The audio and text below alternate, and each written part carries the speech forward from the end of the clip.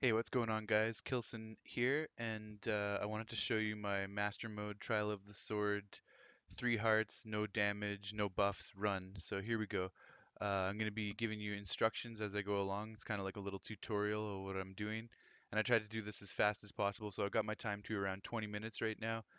Eventually, I'll be speed running some more and trying to shorten that out. So room number one, we're going to climb the tree, and I'm going to throw a bomb down and just take these guys, move them, stagger them out of the way so that I can run around and grab as many of the weapons as I can before they're able to get some. Unfortunately, that guy does get that spear, but that's okay. We're going to deal with that. So we're going to light our our Boko Club on fire. Flurry rushes, I didn't actually mean to do that flurry rush. That's not going to help in this situation because the goal here is to get as much fire damage on these guys as possible. And when you're flurry rushing, you're getting the initial attack damage, but you're not letting the fire damage sink in and take more damage to them. So I just kind of hit them every second or so, let the fire do some damage. And as you can see, even a crappy little Boko club can be very effective against these guys. So I've got what I need. I really wanted to get the Rusty Claymore and the axe, so I picked up both of those. Now we can move on to room number two. I used to just bomb all those guys in the first room, but it was kind of sloppy and annoying just throwing bombs around, and it wasn't very much fun. So I came up with the fire method. Fire is really, really effective in this game, so take advantage of it whenever you can. I know it's a little bit of like a stranger technique, but as long as you can light the stuff on fire, you can really mess those guys up. Okay, here we're gonna knock that guy again down into the fire by using the fire chew to use our paraglider to climb up to the floor there. Next, this guy I do have to end up using the bomb method on, but that's okay. Once or twice here and there isn't so bad. So we climb up this, knock him down, and once he's down on the ground, so I was trying to take the archers out first. So once this guy's down, then I can just start blasting him with bombs until he's dead. One, two. I think I need one more shot for this guy. Usually takes 4 shots with a bomb to kill a guy, but sometimes you can actually do it in 3. I guess because I had already done some damage with the axe, he only needed 3 hits with the bombs. Okay, so now I'm going to climb up this back tree here, and the reason I'm picking this specific tree is because it's at a place where these bokoblins are angled away from me, and then I can approach them with a sneak strike. Now, sometimes this guy does end up facing you, in which case you can hit him with stasis, freeze him, fly behind him, and then land and sneak strike. Okay, I did not mean to swipe my sword there. That was an accident, but thankfully Buddy didn't hear me, and I'm still able to get the sneak strike in. Beauty, okay. Now, this crate here has some arrows in it, so I want to get those arrows because those are going to be important. And there we go. We can take those arrows out, and we're going to fly down and advance on to room number three. So room number three is pretty simple. There's just a series of chews. So we're going to just use the bombs for the first couple of chews, and then we're going to take the rest out with arrows. So we got that guy. Plant a bomb in the middle and wait for these guys to approach you. As they come in, and then fire. Now, unfortunately, I missed the fourth guy, but it is possible to get all 4 in one grouping. So the reason I didn't kill those guys with arrows is because I'm just trying to conserve arrows at this point. Maybe I didn't need to, but just to be safe. Now I'm going to go over and get these fire arrows and pick up my rusty claymore again. Now there's one fire chew remaining, and the reason I leave that guy is just to save a bit of time getting over to the treasure chest, and then I can get some style points flying back up, taking out that last guy with a final arrow and landing right on the circle. Okay, so room number 3 down. We're moving on to room number 4. Floor 4, we've got a bunch more bokoblins, no other enemies, but they are introducing the black bokoblin now, which is much stronger health-wise. It's got a lot more health, so the weapons that we have at this point, it will take a lot of durability from them if we're not careful, so we're going to try and sneak strike them. Right off the bat, I want to take out this first archer. He's a blue bokoblin, so that's easy enough. Stasis, 2 shots to the head, that should do it. If you don't stasis him, you're only going to get 1 shot, and then he's going to still be alive, and that's just not good. So that's why we needed the fire arrow, to just knock that guy down with the bomb barrel up on top of that platform and take him out right away. Now here, he landed up on the staircase. Normally I would have just done the bomb combo, but he landed up on the staircase, alerted the next blue bokoblin, which was kind of annoying. So now I've got 2 of them after me. I didn't really want to use the bomb technique, but I'm just going with what the game gave me. The scenario called for it, so I just pull out the bombs and start finishing these guys off with the bombs. A little bit sloppy, a little bit annoying, but does the job in a quick fix. There's number 1. Now we're going to try and take out number 2 here. One more bomb. Now we can pull out our Magnesis rune, and we're going to do a fun little trick here where we get this last archer, because I don't want to climb up there yet. The black bokoblins are up there, so I can just slam that guy with the Magnesis block. Usually I can do it in one slam, but that time I messed it up a little bit. So there are little mistakes throughout this room, nothing, or throughout this run rather, nothing significant, nothing that made me want to do it again, but just a few little errors here and there that I've noticed. Okay, we're gonna land behind this guy, and we're gonna start our sneak strike chain. The rusty claymore and the iron sledgehammer both do 12 damage, which is our strongest weapon up until I pick up this guy's sword. But I'm going to save that sword for later. So with the 12 damage claymore and sledgehammer, I can just hit them with 3 sneak strikes in a row. This guy's facing me, so I actually use stasis just to make sure he doesn't see me as I'm gliding over. I can land behind him and then continue the sneak strike loop. The funny thing is, they stand up and they're facing you, but they wanted to see what just hit them from behind, so they do a 180, and then you can just stand right behind them again and continue the sneak strike loop, which is awesome. Great little trick. I don't know if Nintendo intended to put it in, but it's in, and it looks like it's in to stay because it hasn't been patched in several updates. Okay, we're going to collect a few more things here. Slam this down with Magnesis, save some durability on our axe, and just collect all these arrows and that bow there. Now we've got a stronger bow, which is awesome. That's going to come in handy later on. Okay, room number 4 down. Room number 5. This floor is fairly RNG heavy. Like RNG stands for random number generator. It's just what the randomness of the game throws at you. So sometimes these moblins here don't cooperate. This time it wasn't too bad, so I was fairly lucky this run. Okay, we're gonna drop our crappy wooden stuff down, light it all on fire, and the moblin's gonna come over here. He's gonna light his weapon on fire, and if you maneuver him just correctly, you can actually get him to stand in the fire while he's trying to attack you. So here he goes. He stands in the fire. He's done. He just gets completely wasted by that fire. We're going to try and repeat the method with this next moblin without the guys in the camp hearing us. So as this guy comes over, we're going to repeat the process. He's got a spear, so it's a little bit more deadly. Now the weapons, once you light them on fire, they'll last for a whole minute. So you should have enough time to take out both moblins before the weapons burn up. And the grass obviously burns up really quickly, so that's why we use weapons instead of just the grass. All right, both guys taken care of. Now we can move on into the enemy encampment here. Right off the bat, we're going to take out the blue bokoblin with the barrel. It's going to do a bunch of damage to these guys. Freeze that one guy so he can't attack right away. Take out this dude. Then we've just got one guy left. Now I noticed that I've got a flaming weapon on the ground there, so I'm going to stagger him by throwing my spear, which was almost dead anyways. And then I can, oh, I blocked that. That was a close one. And I can finish that guy off with fire. Remember, whenever you can use fire, it's really effective in this first run. At first, I was just throwing bombs around trying to take out some of the weaker bokoblins, but once I realized how effective the fire was, like in the first room, use it, like Nintendo put it in there for a reason, so use that fire. Okay, so that's room number 5. Moving on to room number 6, we have just a stone talus. This room's pretty simple. Obviously, he can still take you out with one hit when you only have 3 hearts, so you got to be careful. But as long as you have a good method down, it shouldn't be a problem just taking this guy out. So right off the bat, I want to do a little fairly decent chunk of damage to him with the bomb barrel here. Give it 2 swipes with the axe, unstasis it, and just send it flying at this dude. Okay, now we're going to stasis him quickly. That gives me a chance to run around and get up on his back. Climbing his back seems to be the most effective. If you go from the front, he can easily slam you or whatever, so I always try and run around to his back and climb him from behind. Okay, once this weapon breaks, he's going to get staggered.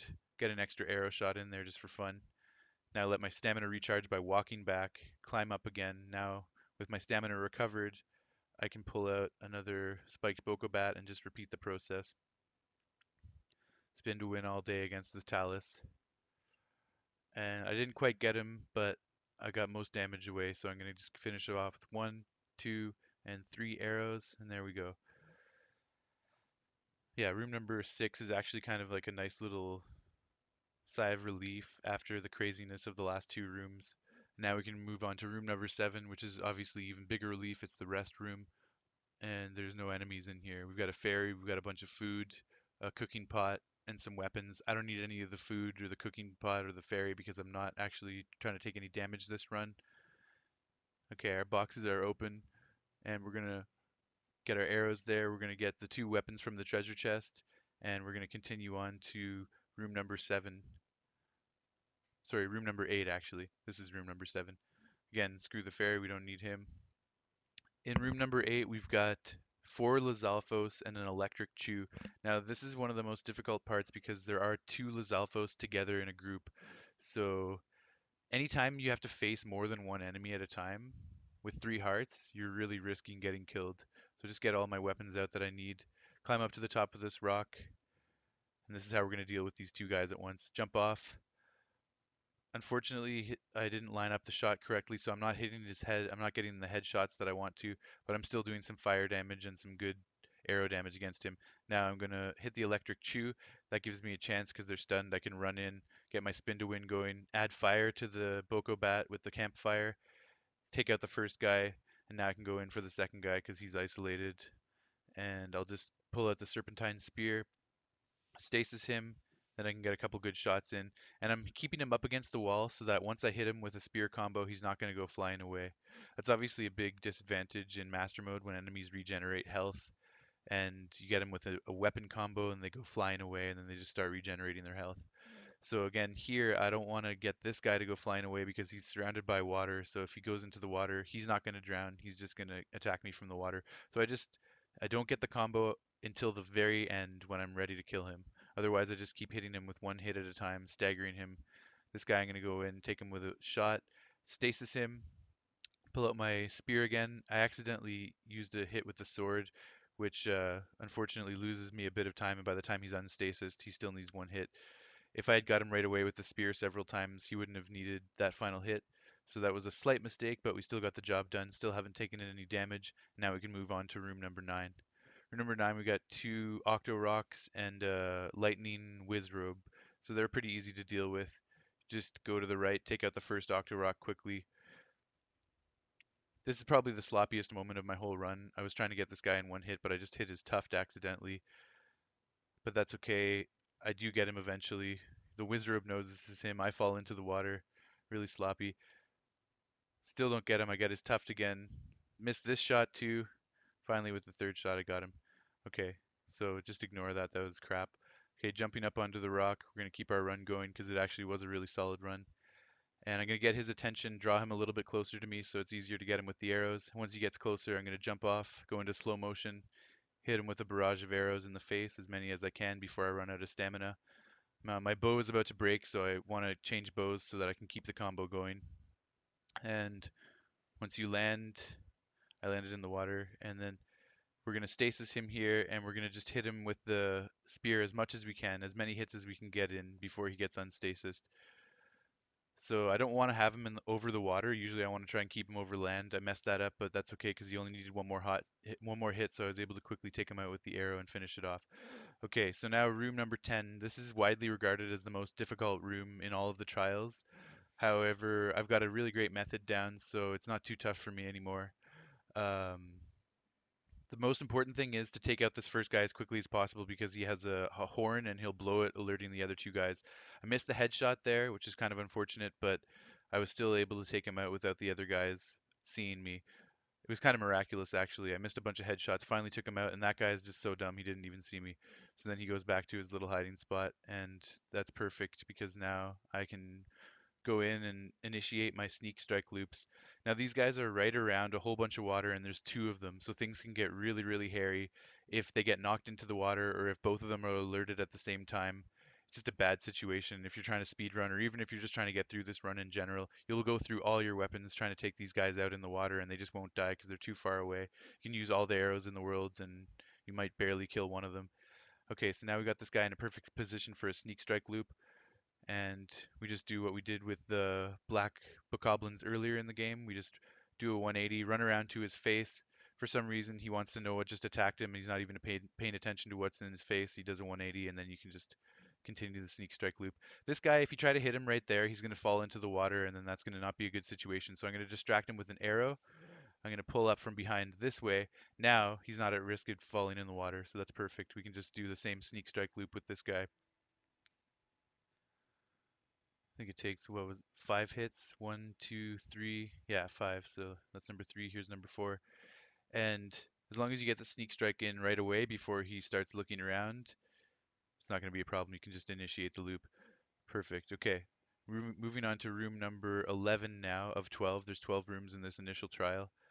This room has a series of archers, sentries stationed around, and then a fort up at the front with a whole bunch of enemies. So we want to take the archers out right away. You don't want to get too close to them because if they all start bombarding you with fire arrows, that's not going to be a good situation. I'm working on my accuracy here, but I think I did pretty good with most of them. I think the most it took was 3 shots for any one guy. So yeah, 3 shots for that guy. I think it was maybe 2 shots for this guy. One, yeah, 2 shots for this guy. Beautiful. I can move in closer. And then we've got 2 more archers stationed on the wooden platforms up ahead. I had a little derpy moment here where I accidentally jumped into the water, but we just climb back up quickly, place our final ice block, move in again, and now I can take these guys out. 1 shot, yeah. This guy, unfortunately, I think he takes 3 shots, maybe only 2 shots. Yeah, because I hit him too low twice, and then finally on the third shot, I get him up high enough for the headshot. Okay, moving on. Now we're going to move on to the fort. This part's cool. There's 3 enemies on the second level of the fort, which you can actually take out with 1 shot if you place your hit just correctly. So I'm gonna pull out a bomb barrel, stasis it. You need 3 hits with the axe. So we're gonna do 2 swipes followed by a jump cancel, then a third swipe, jump cancel, and then we can unleash the stasis and just knock all 3 of those guys right into the water, which is fucking awesome. I love doing that. Okay, moving on. We've got a silver bokoblin left and a silver moblin left. So our goal is to just knock these guys into the water. We can do that with a flurry rush. I missed the flurry rush, but I got it the second time. Or we can do it with the stasis, which I'll show you with the moblin later. So once this guy is knocked down with the flurry rush, now I'm just gonna keep swiping at him with my axe because at this point he can't have a chance to attack. So that's perfect. If you try to just hit him with your axe, it's such a slow attack that most likely they'll get you before you get them. And you can't take a hit, so you have to knock him down first with stasis or the flurry rush. I get this guy with stasis, a couple swipes, knock him down, and then I can just keep swiping away until he gets knocked into the water here. Perfect. Okay, now we move up to our final platform where our warp point is to the final stage of the first trial. Eventually, I'm going to be posting videos for the second and third trial as well, but they still both need some work. So before I have a professional run of those, they're going to need a bunch more practice, which I'll be live streaming in the coming weeks.